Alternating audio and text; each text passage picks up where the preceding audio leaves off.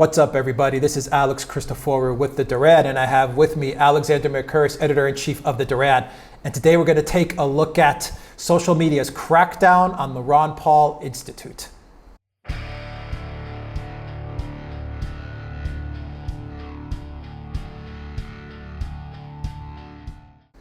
So, Alexander, I want to preface this segment by telling our viewers that me, you, and Peter Lavelle had a chat. A brief chat about what happened when the news broke that Twitter had suspended an account of a Ron Paul Institute director, Daniel McAdams, as well as one of the directors of antiwar.com and a former U.S. diplomat turned whistleblower. And they suspended these three accounts due to hate speech.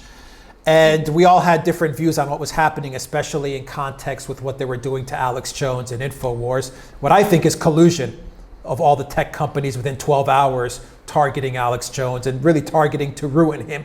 It was definitely a collusion. They all work together in unison to take down Alex Jones. It was a conspiracy. It could be, there you go, conspiracy. And you had some interesting thoughts on the fact that after Alex Jones, Twitter decided to suspend these three accounts, and you saw it as Twitter overreaching and social media overreaching. Give us your thoughts on number one, what's happening with Alex Jones, and I want you to take it from a legal perspective, because you have a lot of insights from the legal angle, and then give us your thoughts on them going after Ron Paul and antiwar.com. Right. The first point I want to make is that there is no doubt at all in my mind that there is active collusion between the various social media outlets, and that when they attacked InfoWars and Alex Jones, this was something that was done on purpose, and there is no coincidence about the fact that that happened simultaneously with the attack on Douglas McAdam and the Ron Paul Institute. I think anybody who thinks that this is chance are deluding themselves, and I mean that is absurd. The second thing to say is that there's no doubt at all either that the pressure for this came from various people within the Democratic Party, including the Democratic Party in Congress, and also from various elements of the US bureaucracy. Now, it is that last fact, the fact that there are people in Congress and within the US government bureaucracy who are pressing this, which to my mind makes a potential legal challenge very realistic. Because, briefly, it seems to me that this is a clear attack on the First Amendment of the Constitution. In other words, on the principle of free speech. What these people are saying is social media are private social media companies, and so that they are not covered by the First Amendment. But of course, if it is the US government that is putting pressure on them to do this thing in order to crack down on dissident voices, then in my opinion, that starts to bite, and I think that there is potential here for a legal challenge that all of these moves are taking place contrary to the First Amendment of the Constitution. That certainly is my view. Do you believe that if they had just, if Facebook and Apple and all these social media platforms, if they had just stopped at Alex Jones, I mean, what they're doing to Alex Jones is vicious, and I don't support it at all. And I'm also not. I mean, Peter says it often. Peter Lavelle says he's not, a huge supporter of Alex, a huge fan. I'm not either. I mean, but I think he has the right, and he has some interesting things to say, and he definitely has the right to say them. And I think what they're doing to him is very vicious, very vicious. And I will say that I like Paul Joseph Watson very much. What he says. I like his videos. He does some very creative things. But do you believe that if they had just stopped at InfoWars and Alex Jones and just left it as is, they would be able to get away with it without any legal implications? Do you think that the minute they started targeting Ron Paul, Instagram took down Tommy Robinson's, they suspended Tommy Robinson for a day. They suspended Candace Owens for a day. Do you think if they had stopped Alex Jones, everything would have been well enough and they would have gotten away with it? Right.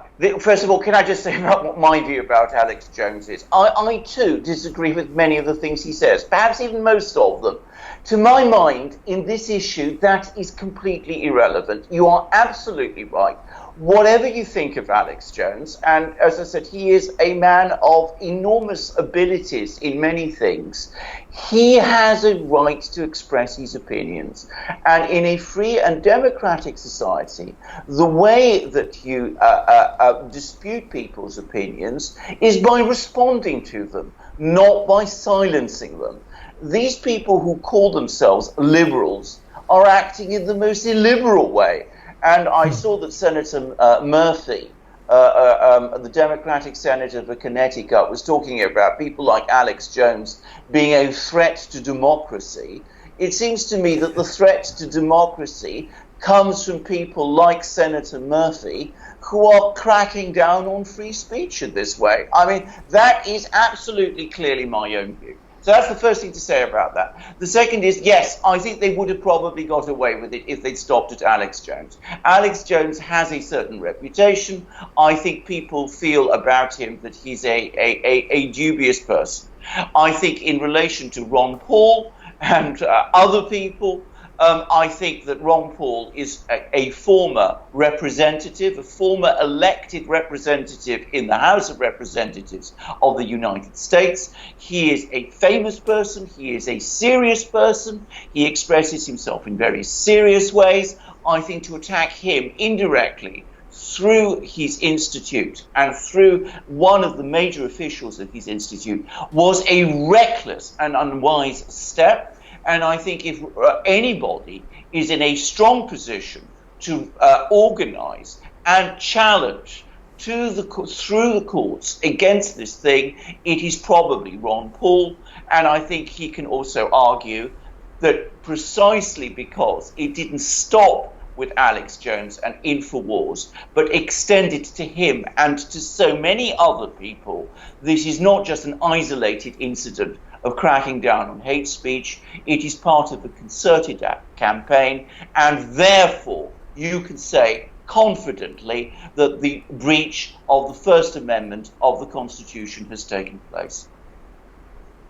And so from what you said, Alexander, and from what I understand from listening to other interviews, most notably I was watching Nigel Farage talk about this as well, and I also discussed this with Peter Lavelle in a previous video, was that a lot of the First Amendment issues stem from categorizing what was once a platform, an open communication platform, and moving them to be categorized as a publisher. Correct. And as a publishing company. Correct.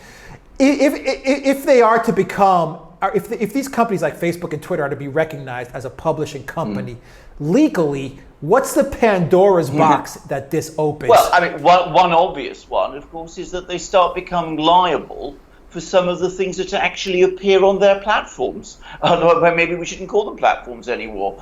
But if you start publishing things which could be described as, say, libelous of people or hate speech of people, and in many countries now there are laws about hate speech and libel, then of course Facebook, Twitter, all the rest, they become legally liable for that because they publish that material. So not only do they cease to be platforms, they become publishers, and they have all the responsibilities, all the legal responsibilities that publishers have. And may I also add that publishers, as publishers, if they continue as publishers to claim that they are performing a public service function, which I suspect they will continue to do, then of course they can't have it both ways, because in that case, as I said, the issues under the First Amendment would still apply. And so you're a legal expert, and you're also an editor of a publication. You're the editor of the Duran. If Facebook and Twitter become publishing companies, what does that mean when someone posts something on their site? Do they have the right then, without any dispute, to take something down? Do they have the right to ban people? And they won't have any legal issues, but does it also mean that they also are open to lawsuits because they publish fake news or fake stories even though those are from other people's pages. You see what I mean? absolutely. 'Cause they're not exactly writing their own stuff. They're not composing their own content, but they are exercising editorial control. Yes. Well, I mean, at that point, as I said, they become liable for everything they publish. And they become also potentially liable, by the way, to the people who submit pieces to them. I mean, right. Even if it's not an employee, even if it's even a if they're not submitted employees, piece. exactly, because of course there is a kind of a legal relationship between the people who put things up on Facebook, for example, and the people who put and Facebook itself. You can't claim, if Facebook is a publisher, that there is no legal connection at all, especially given that there is a movement of money between the two. I mean, there is these are not simple. They would not simply be free transactions. They are at some level commercial bargains, because of course Facebook makes money out of these things. So right. I mean, we would be opening a massive Pandora's box, and I think social media needs to think about that very carefully. All these companies need to think about that very carefully. And I'm going to say something else. I think if they actually move in that direction, they will very rapidly find that their existing business model has ceased to be viable. Can they be forced to move in that direction? Well, I think the pressure on them is to do so. I don't think this has been thought through at all. I don't think they've understood it. I don't think their legal advisors have probably explained it to them carefully or properly. I think they've come under an awful lot of pressure. I think now, perhaps, that the penny is going to start dropping. We're going to see a contrary pressure starting to build up. One of the problems with social media companies is that, though in terms of the amount of money they make, they are enormous. In terms of the staff, the number of staff, the full-time staff they employ, it is actually quite small. So I suspect that they do not have the hierarchies of control that a proper publisher has. That is one reason why social media companies are so profitable, because they operate lightly. They operate with light baggage. But if they become publishers, it won't be possible to work like that anymore. They will have to employ editors and sub-editors and sub-sub-editors, just like newspapers do. There is no newspaper, I think, in the Western world that is currently making money. And I think perhaps people like Facebook should start to think about that very carefully. I've got a theory, and we'll close out this segment, and I want you to comment on this theory. They say, and I've actually heard InfoWars and I've heard Paul Joseph Watson break it down, that CNN has been a major driver in getting Alex Jones banned. And CNN has been lobbying very hard. They've been lobbying Facebook, they've been lobbying Apple very, very hard to get Alex Jones banned. And they have a checklist of other sites that they would like banned.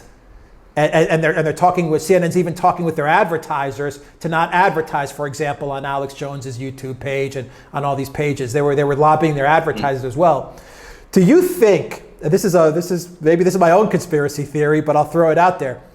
Do you think that traditional media like CNN, the Wall Street Journal, New York Times, all these traditional media outlets, like you say, that operate with such high overheads, are goading Facebook and Twitter to actually act like publishers and move towards a publisher model, knowing full well that if they do that, then they're going to be in the same boat as they are, and thus CNN's going to be able to compete on an equal footing with the Facebooks? Well, I am afraid, I think you're absolutely right. I am sure that agenda is there. I mean, from the point of view of people like CNN, from the point of view of legacy or traditional media, this is where the great challenge is coming from. It's coming from social media and from sites like InfoWars. So, and of course, Facebook and all the rest. So, of course, they're going to do everything they possibly can to close this rival down. None of these companies, CNN, New York Times, all the rest, they're not making money. So of course they're looking for ways to close them down.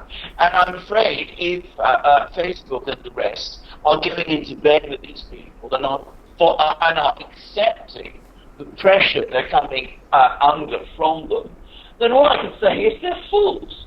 And I think they need to start talking properly to their accountants and their business advisors and their lawyers. And they need to think through very carefully where they're going and what they're doing. Because I can see very well how this could be very good for CNN.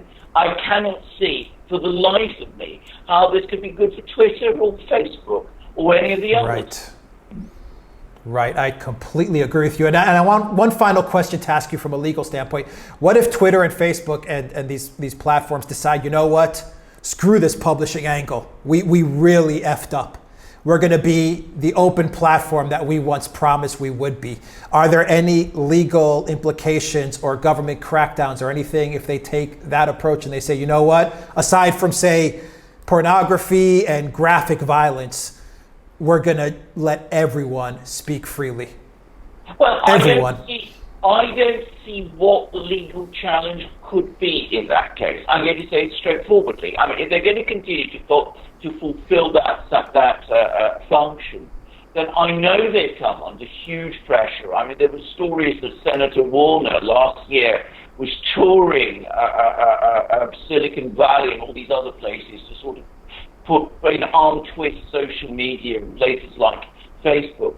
I would say to these people like Senator Warner, I would say, bring it on. If you want to bring any challenge against us, do so. We are fulfilling a perfectly legal constitutional function, which is within the democratic traditions of the United States.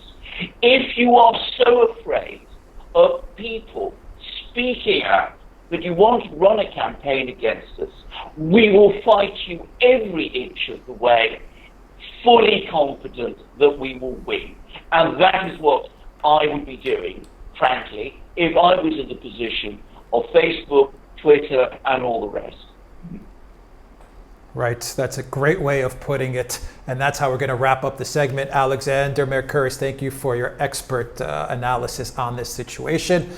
Guys, if you like this video, click on the subscribe button down below and click on that notifications bell to get notifications every time we push out a new video. And visit the Duran shop, buy a t-shirt, help us out. Alexander Mercouris, editor-in-chief of the Duran, thank you very much. Everybody out there, keep watching, take care.